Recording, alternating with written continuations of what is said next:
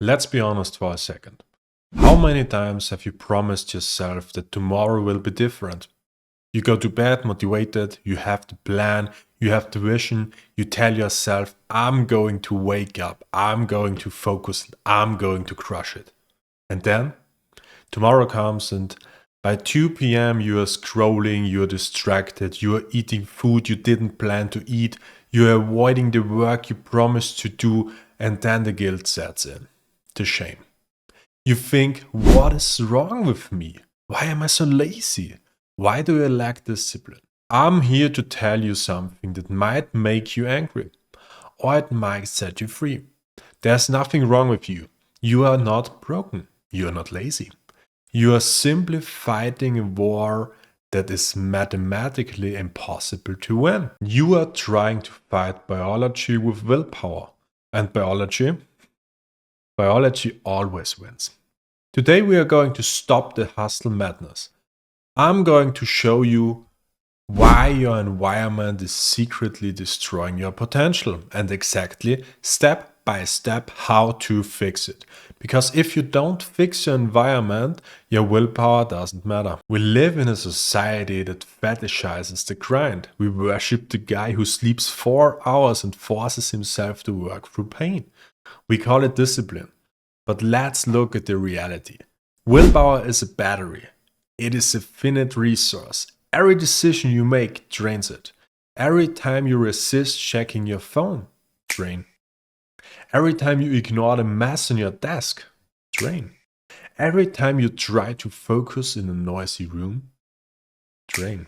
By 11 a.m., most people have depleted their willpower battery just by resisting their environment. And once the battery is empty, you revert to your default settings. You revert to your habits.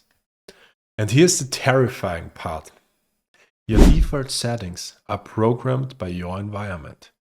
If you're sitting in a room right now that is cluttered, dark, or chaotic, your brain is mirroring that chaos. If your phone is on your desk, even if it's silent, even if it is face down, studies show your cognitive capacity drops by 20% just because your brain has to actively ignore it. Think about it. You are voluntarily giving up 20% of your brain power, and then you wonder why you feel mental overloaded. It's not overload, it's friction. You have designed a life full of friction. You are trying to sprint through mud. And instead of washing off the mud, you are just screaming at yourself to run faster. Look around you right now. Seriously. Look away from the screen. Look at your room. Look at your desk.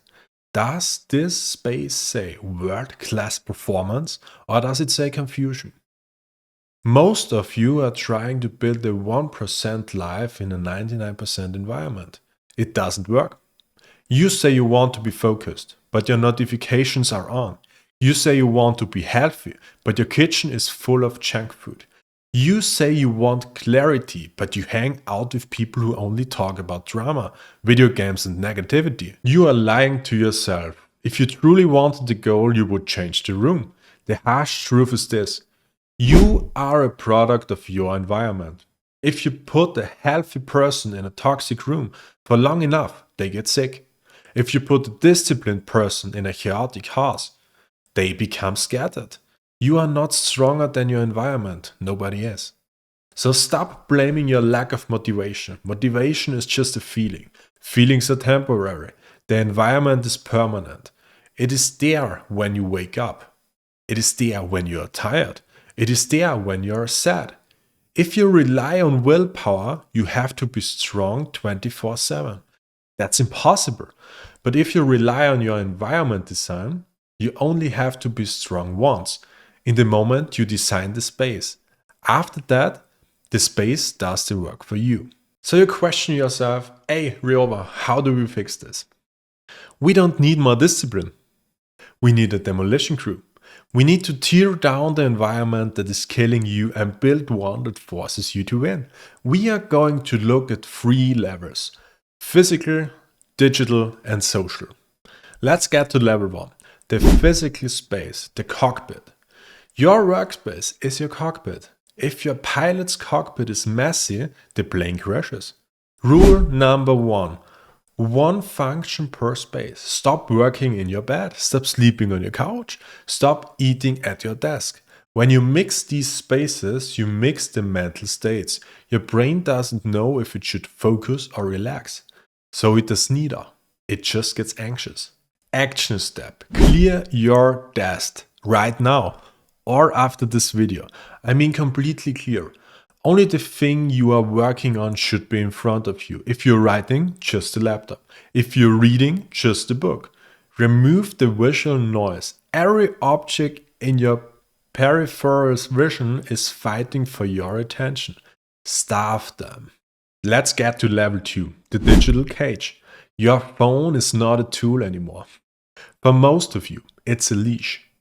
The algorithm is smarter than you. It has thousands of engineers paid to steal your time. You cannot willpower your way against a supercomputer. You have to block it. Here is the radical move. I want you to make friction. We usually want to remove friction, but for bad habits, we want to add it. Delete the apps that drain you. Make it painful to access them. Log out every time. Put your phone in another room when you work. Make the bad habits hard. Make the good habits easy. If you want to read more, put the book on your pillow. If you want to scroll less, put the phone in the kitchen at night. It sounds simple. It is simple, but you aren't doing it, are you? Let's get to level 3, the social echo chamber. This is the hardest one. You become the average of the 5 people you spend the most time with. We've all heard it, but we ignore it. If your friends are constantly complaining, constantly seeking cheap dopamine, constantly living without purpose, you will absorb that vibration. It is osmosis. You cannot hold a high frequency in a low frequency room.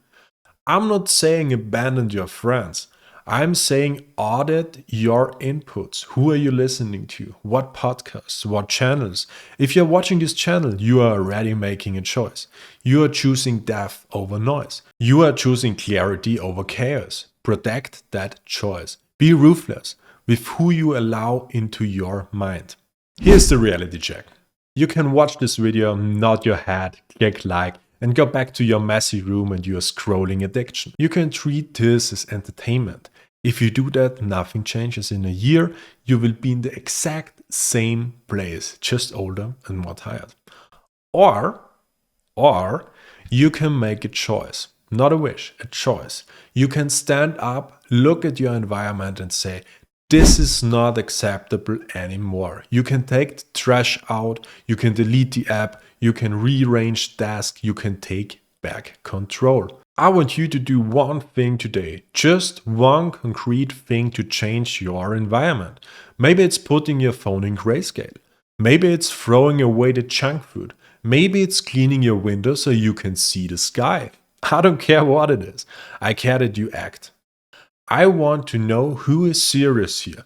If you are ready to stop playing the victim and start being the architect of your life, I want you to comment below. Write the words. Environment reset. Tell me the one thing you are changing today. Don't just think. Write it. Make it real. Because discipline is not about forcing yourself to do things you hate. Discipline is respecting yourself enough to create a life where winning is inevitable. Stop fighting the war. Change the battlefield, and I see you in the comments.